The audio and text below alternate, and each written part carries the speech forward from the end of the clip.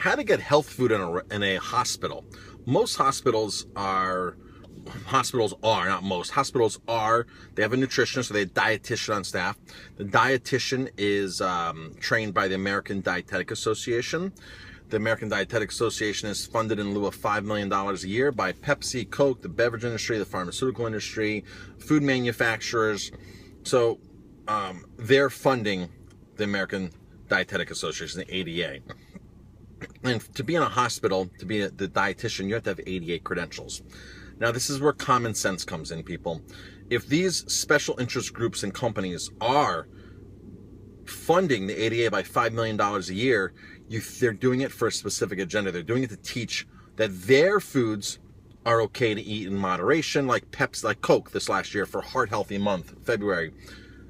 Coke is now heart healthy because those little 8-ounce cans are less than 100 calories, so they're heart healthy, which I think is a total scam. So, how do you get healthy food in a restaurant? Because remember, the dietitian is being trained directly by Coke, Pepsi, and all these big companies and pharmaceutical companies. That's who they're being trained by. They're not being trained by the wheatgrass industry. They're not being trained by the broccoli industry. They're not being trained, by the go out and get some fresh air industry and eat natural foods industry. They're not getting funded by that. They're getting funded by the big boys. Then they're going in there, and there's a reason why they're funding them, because there's special interest groups that want to get their agenda across. True story. I was in a hospital once. My friend was in the hospital. I had an argument with the dietitian there because she told me that a pear and a spoonful of corn syrup metabolize the same.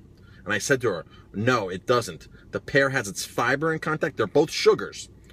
The pear has its fiber in contact and its enzymes in contact, which metabolize totally different than a spoonful of corn syrup. Because I was like, my friend's not going to eat that. It has this bad corn syrup in it. And we got into this debate.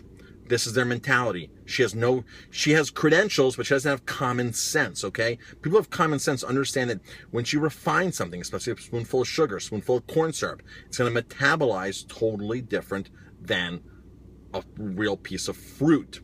So how do you get good food at a hospital? Well, you take your own. So here's what I'm taking my father today. I ate a lot myself. I ate a lot of this. Watermelon, I'm taking my father watermelon. I got a bag packed here that I'm going to sneak in. Chances are once the nurse sees all my food that I'm bringing in, she's actually going to call the dietitian or do something and call the doctor and make sure my father's okay to have this. I made him some salads, some fat-free salads. I put a little bit of a lot of Lola Rosa. Lola Rosa is one of my favorite greens with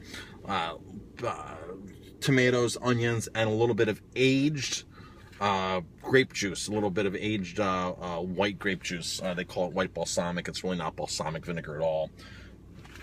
And my dad actually asked for this. My dad actually asked for a green smoothie. Yes, my dad said, oh, if you're coming, bring a smoothie. Bring a green smoothie. There's a half a pound of spinach in here. A half a pound. There's more nutrition in here than he's going to have in 3 days at the hospital if he's eating hospital food. Right there. Look at that. This is awesome. So that's how you get healthy food into the hospital. That's how you eat healthy food in a hospital. You bring your own. Simple as that.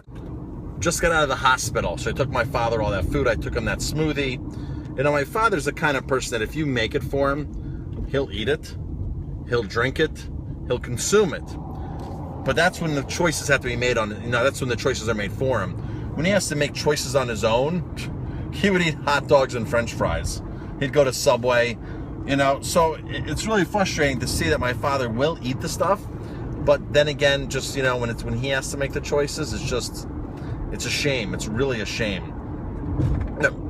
Anyway, so I get into the hospital. Of course, my father ordered pasta with beef bolognese sauce, and that's what he had eaten for lunch. And he had ginger ale with corn syrup in it sitting there that he drank half the can. It's just like so frustrating that, my father knows better, but then at the hospital, it's like they just don't seem to think anything of this. So I, of course, brought extra food for dinner, but I wanted him to have something else, maybe some rice, some brown rice, or maybe if they didn't have that, maybe some brown whole wheat pasta and maybe some nice vegetables, this and that. So, of course, I called the cafeteria. I called them and spoke to somebody down there, and I said, I'm looking for some brown rice. And she goes, well, we don't have brown rice. I said, really? Why? No brown rice? She goes, no, only white rice. And I said, okay, how about some whole wheat pasta? So I figured I'd get my father some whole wheat pasta with, it's not the best choice, but it's better than, you know, what he would order on his own. But I ordered fresh fruit for him, and he still has a big smoothie left, so he drank this part of that smoothie when I got there, so we'll have more for dinner. The salad he's definitely going to have, so I ordered some fresh strawberries. And then I said, well, you know, if he's still hungry, maybe some potatoes. I'm sorry, some whole wheat pasta. This is like, we don't have whole wheat pasta. And I said, really? So no whole wheat pasta and no brown rice? I said, really? That just seems quite odd. And she goes, no, we don't have that. And I said, so you must have like just like plain roasted potatoes, you know, no oil. And she goes, well, our potatoes are roasted with oil, and this is now 3 o'clock, and dinner, you know, he's not eating dinner till 7. And I said, well, can you just roast some potatoes, you know, for him without oil? And she goes, well, they're all roasted already. It's like, really? Like 4 hours ahead of time, your potatoes are all roasted? You can't, like, but it's just mind-boggling. And my father was having a conversation with my mother, because my mother, you know, obviously, you know, I'm concerned about what you're eating there and this and that. I'm glad I showed up and with food. And my dad just simply goes, oh, well, you know, the dietitians here are very qualified, so they know what they're doing. And this is back to my same point again. People just assume. People just assume because you're in a hospital, because you're listening to a doctor, because you're listening to whoever, some dietitian with ADA credentials, that they know what they're talking about. Because they have credentials. They must be knowledgeable, and they must know. Credentials and common sense sometimes don't mingle at all. Because these people might be intelligent people, but they're not intelligent enough to think for themselves. They're so intelligent that they can just memorize a book and be very obedient to the school, to the system, to whatever, to the workplace. They're smart, they memorize, and they're obedient to the system. And that's what sucks, because these people are so misinformed when it comes to making valuable choices, life choices for themselves and for their patients, that it's an abomination. It's just terrible. It's disgusting. Going back to that dietitian who said corn syrup metabolizes and has the same effect as eating a whole pear. And this is what people believe because they have credentials and no common sense. So I ordered breakfast for my father. I ordered dinner for him. I'm getting ready to call the dietitian and just say, hey, you know what? I'm a little disappointed that you have no brown rice and that oil's already lathered on the potatoes and this and that. The funny thing was, I asked the girl who answered the phone.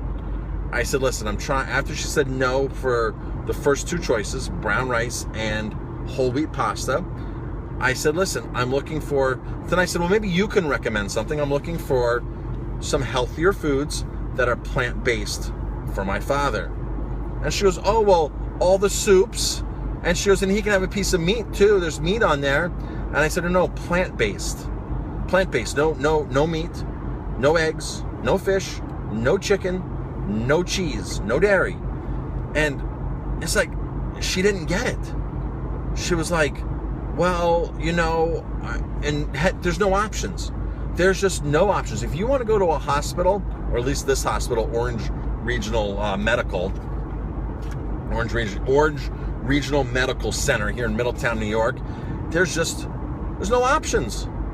If you want to eat healthy, you have to bring your own food in. Just like I did for my father, you have to bring your own food in.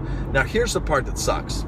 I have family members that live in the area, aunts and uncles, and I guarantee you that they will bring him meatballs. They'll bring something. They'll bring lasagna. They will bring him something to eat, because that's just what they're going to do. And this is going to be like a whole nother, like, really? It's like, it's just so frustrating that family members don't get it. That, you know, and last time this happened a couple years ago when my father was in the hospital, I was bringing him all this food.